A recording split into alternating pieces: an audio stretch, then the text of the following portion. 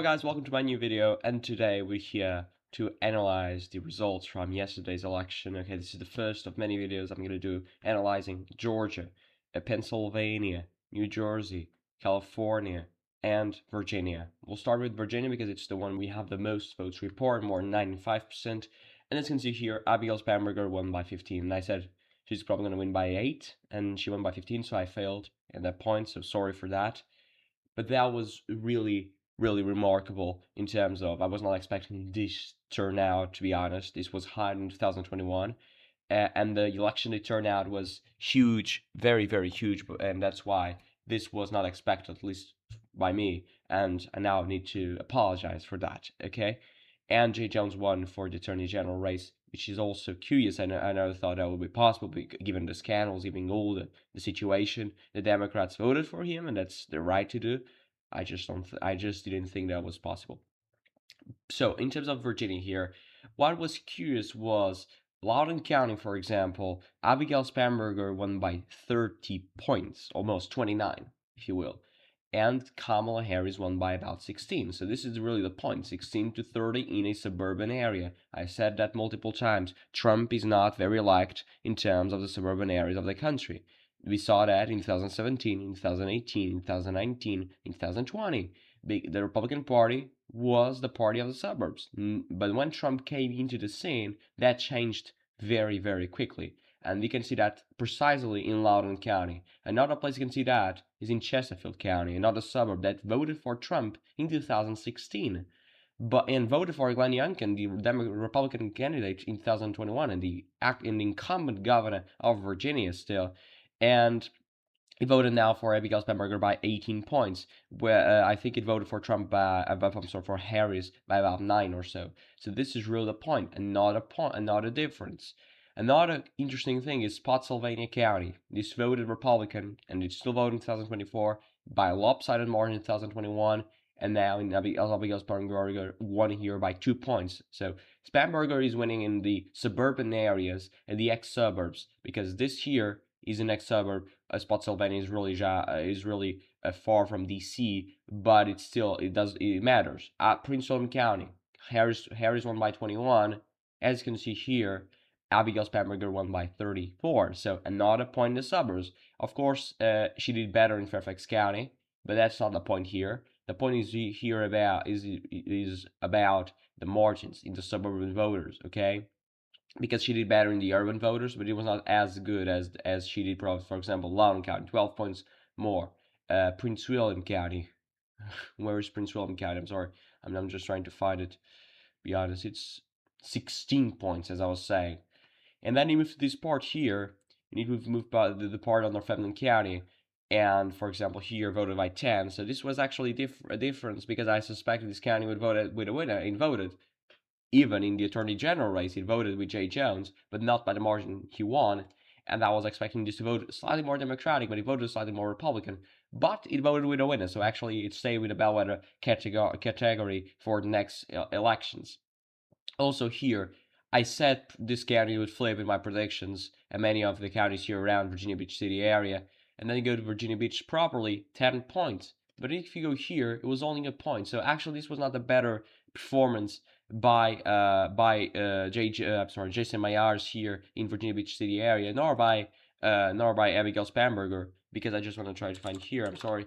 In 2024, I think I'm not New Jersey, Virginia here. Kamala won by 3, and this was only a 7 points over performance, and the over performance in general was almost 10 points. So actually, Winsome Earle Sears did better in Virginia Beach City than people expected, but in the rest of the areas it was just a bloodbath in many places. Like Caroline County, she barely won, and this was a very Republican county by almost 9 points. So the point I'm making is she did worse in Republican areas, and she did very worse in the suburbs. In very Democratic areas, the difference was not huge. It was only like 7 points.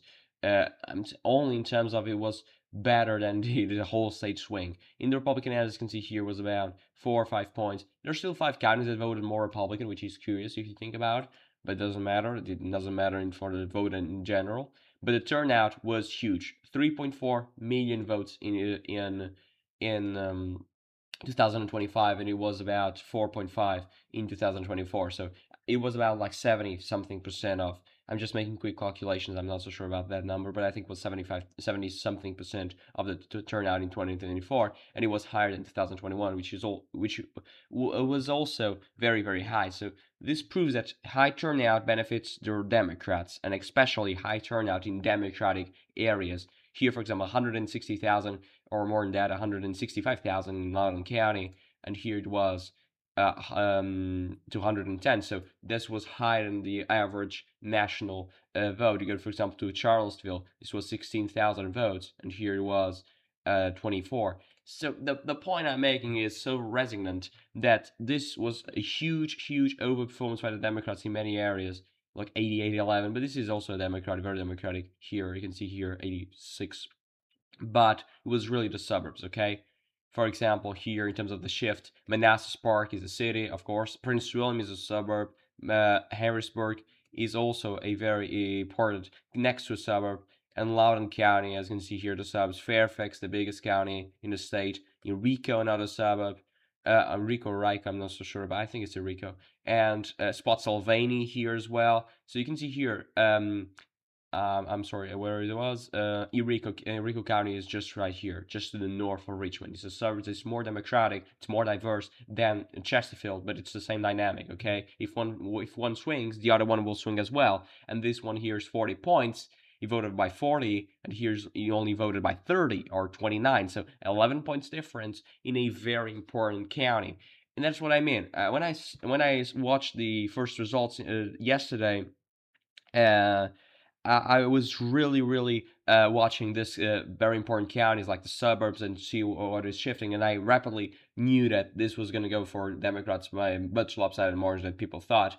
Than I thought, I would say, because people had some bold predictions, but I was just bold, and I thought, okay, that was not going to happen. We're not going to have a huge turnout, and it means that the Democrats are not energized, and the Democrats delivered. So congratulations to them. They really need to be happy with this result. And now we'll move to lieutenant governor. This was expected to be a 5 points race. I said 5 points race. It was 11. So 6 points difference in terms of all the predictions I made, which was terrible. And then surprised me was the attorney general race, to be honest. But okay.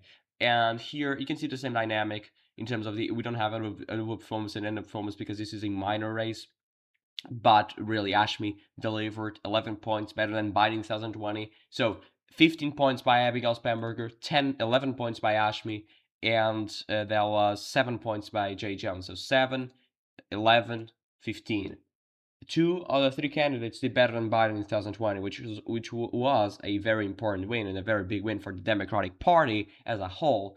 But here in lieutenant governor, this was a surprise for me. And in the attorney general race, as you can see here, this was a very big surprise for me. I never thought the Democrats would be able to vote for a candidate that has those old scandals. You saw that in 2024 with Mark Robinson in North Carolina, the Republican gubernatorial candidate, and he lost by a lopsided margin because people thought, okay, the Republicans, and Trump won statewide. But the point was, people thought, okay, maybe I'm not going to vote for a guy they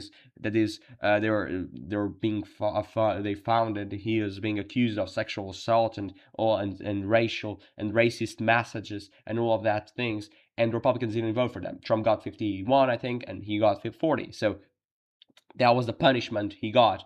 Here was not a punishment at all. I mean, it wasn't an underperformance, but it was not a big underperformance as I was seeing. I thought maybe Myers wins by 3 and maybe Spanberger wins by 9. That was possible, at least for me, because I thought the same underperformance that Mark Robinson got in North Carolina would be able to happen here, and he didn't. Okay, that is just how the facts is. It didn't happen. Of course, he won Spotsylvania, many other counties as well. He did better in Loudoun, especially in Loudoun. Look, 19 points in Loudoun. Here he was 30. So he did much better in the suburbs. This means that the moderates here in Virginia didn't vote in a lopsided margin.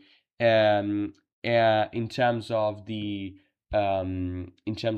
vote, okay, the suburban voters didn't vote. The suburban voters and the moderate voters voted more in terms of in terms of Jason Myers than they voted for Winsome Earle Sears or for the lieutenant governor, the Republican candidate, okay?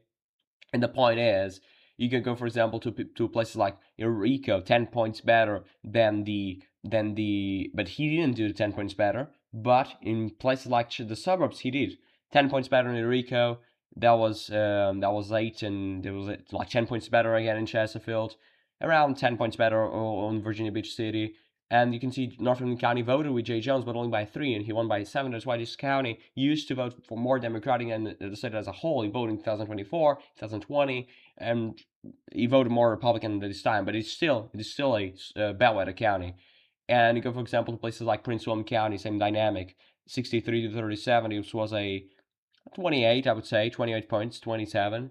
And here it was a 34. So the same overperformance in that regard, okay? Montgomery County 4, another suburb. Here it was 14, so another 10 points better.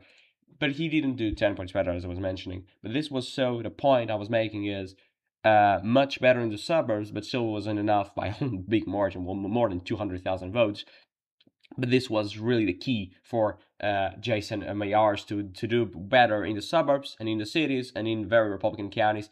And I don't think we have the swing map. We don't have, but I just want to check here, for example, one Republican county just to give it a shot. This one is very big, 72-28.